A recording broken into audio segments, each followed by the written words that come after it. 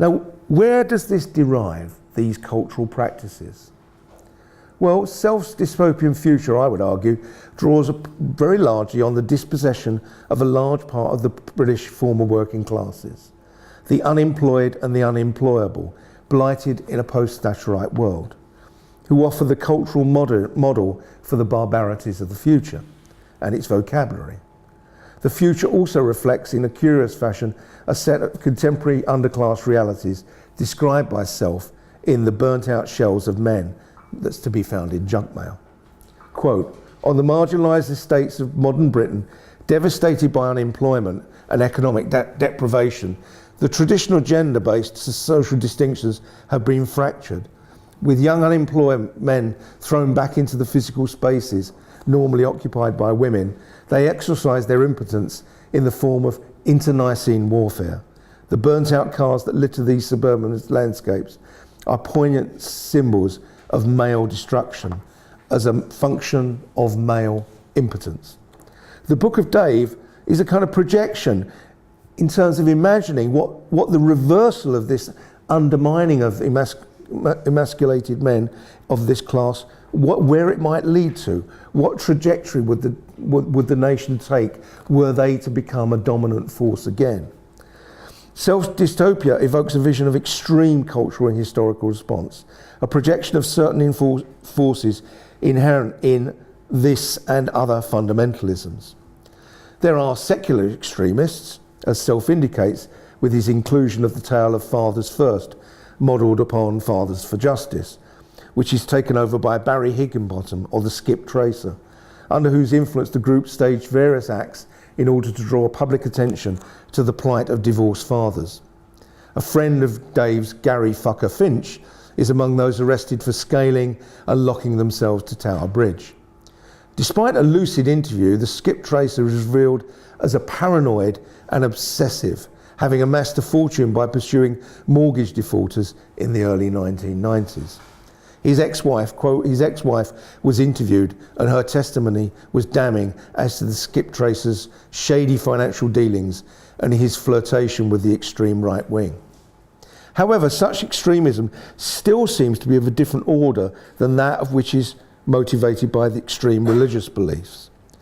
For as Scott Appleby and Martin E. Marty note saliently, of other similarly inclined extreme secular groups, even when they do engage in acts of terroristic murder, quote, they may call upon followers to make the ultimate sacrifice, but unlike the monotheistic religions, especially Christianity and Islam, they do not reassure their followers that God or an eternal reward awaits them.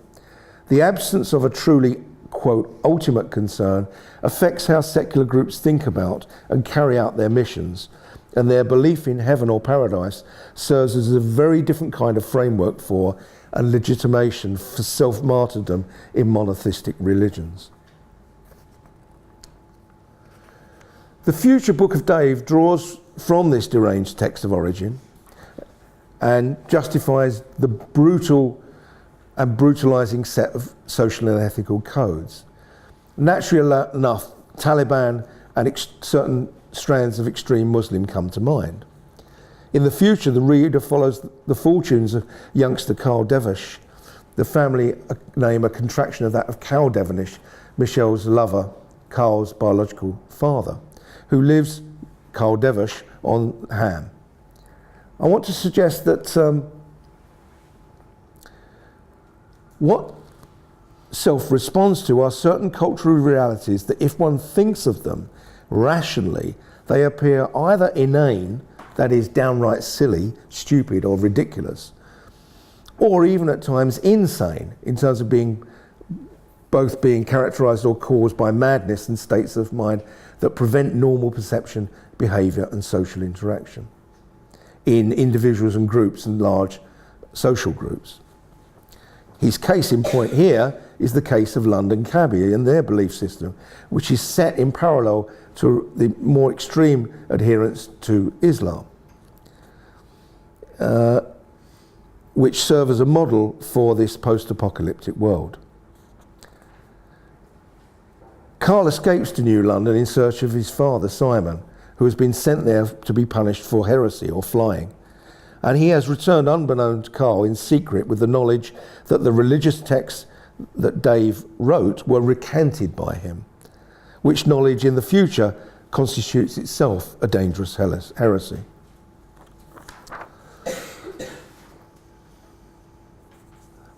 Now, the Book of Dave plays with the vocabulary. I mean, that's one of its great strengths, of the land's two languages, RP and Mockney.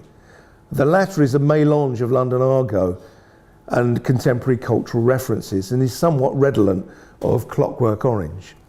In the Book of Dave, for instance, curry stands for any hot meal. Blob is for a week, burgerkind for cattle, chav for a slave, and fair for a soul or a believer in Dävinanity.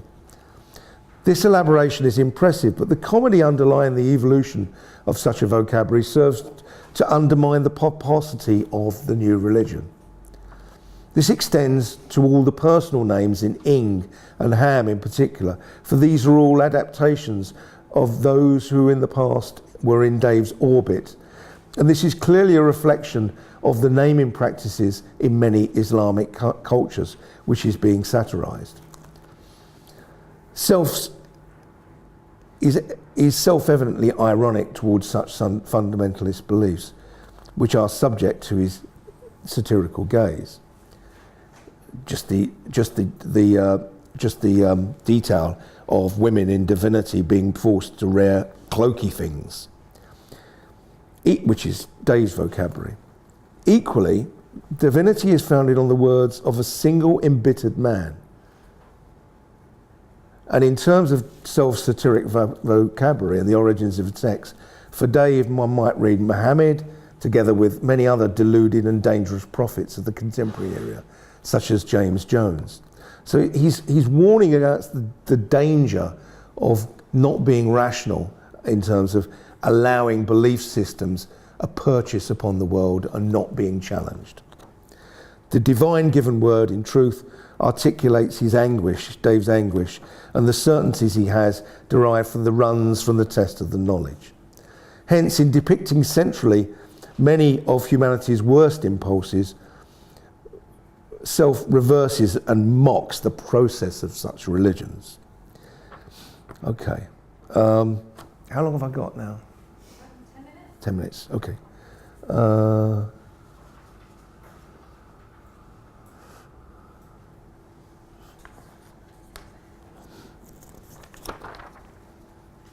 I would argue that in Self's work generally, his depiction of the capital's life, of London's life, about which he is obsessed. I mean, he's not a broad novelist in geographic terms, let's face it. It is mostly set in and around London, his work, mostly. And they are perversely rooted in the real, rather than simply relying upon exaggeration. The Book of Dave focuses on the manic disposition and legacy of Thatcherism, assessing its legacies of selfishness, intolerance, envisaging a future dystopia that combines that Thatcherite legacy with Self's ironic take on Islam and other sets of fundamentalist values. It's almost as if he's suggesting that Thatcherism has acted as an opening for such belief systems and self-obsessions, even when they're collective, because it's a kind of a form of Thatcherite egoism that gives the cue for these things to happen. As Jonathan Bates notes in Where a Cabbie's Rantings Are a Holy Text, there is the issue of ecological disaster that's added to the set of negativities. And as Bates knows, Self actually, the novel, quote, the novel takes its cue from After London, a novel by the Victorian naturalist Richard Jefferies and J.G. Ballard's The Drowned World. It imagines a future in which England has been submerged by rising sea levels and the survivors have returned society to a more primitive form. This alternative world serves as a distorting mirror held up to the present. Evolution is sent into reverse gear and atavistic violence rules. In the contemporary strand in the Book of Dave, the city seems tired, paranoid by 2001. in the post-millennial, initial post-millennial phase. One fare who returns to the city is Dr. Jane Brunel, who recognises, as we've seen, the insanity of Dave. She reflects upon the feeling or qualities of London with a sense of foreboding or despair. Dr. Jane Brunel slid her tired frame to the side of the seat and leant against the rain-dappled window. After the paranoia of the flight and the bucketing descent into Heathrow, even this chilly vibration was a comfort. Could it be mere culture shock, or is London dirtier and darker, sadder and madder than when I left it? I thought Carla was screamingly tedious hostess and the Brunswick Opera Festival was worse than dull. Yet now I'm home. Canada suddenly looks beautiful to me. The frozen lakes, the bold tartans of the opera goers' jackets, their bright cheeks, their flaxen hair. The minute I cleared immigration and saw tired drivers land up by the rail, the undertakers, I wanted to be back there. So there's a kind of rejection of London in the novel, a recognition of its conflicts and its culture, which seems almost exhausted.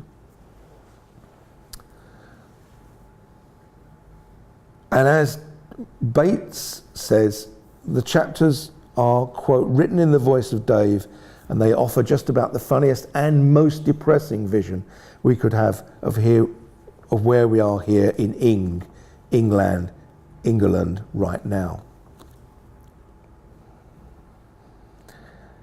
The novel charts precisely, as I've suggested, structures of intolerance and the dehumanizing qualities of an absolute set of beliefs that underpinned many of those systems that emerged in the 1990s.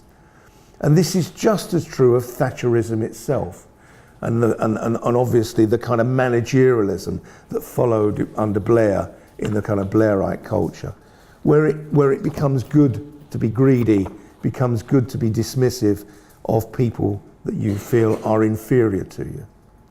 It's not something that was publicly avowed, but we see it in people's behaviour. And this is, I think, what Self has recognised.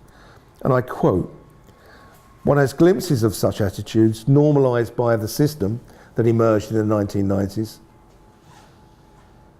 normalised by aspiration and greed, and we find this with Michelle's reflections, narrated obliquely, when she encounters Dave's less than fashionable, dumpy new partner, Phyllis. I'm Phyllis Vance, Dave's girlfriend. Michelle was deeply shocked. She had no idea that Phyllis, or any Phyllis-type person, existed. Social acuity had never been Michelle Brodie's thing. She had lived her adult life with her gaze at an upward angle. Behind her lay Kath, Ron, Dave, and what she now perceived as the inner city slum of her marriage.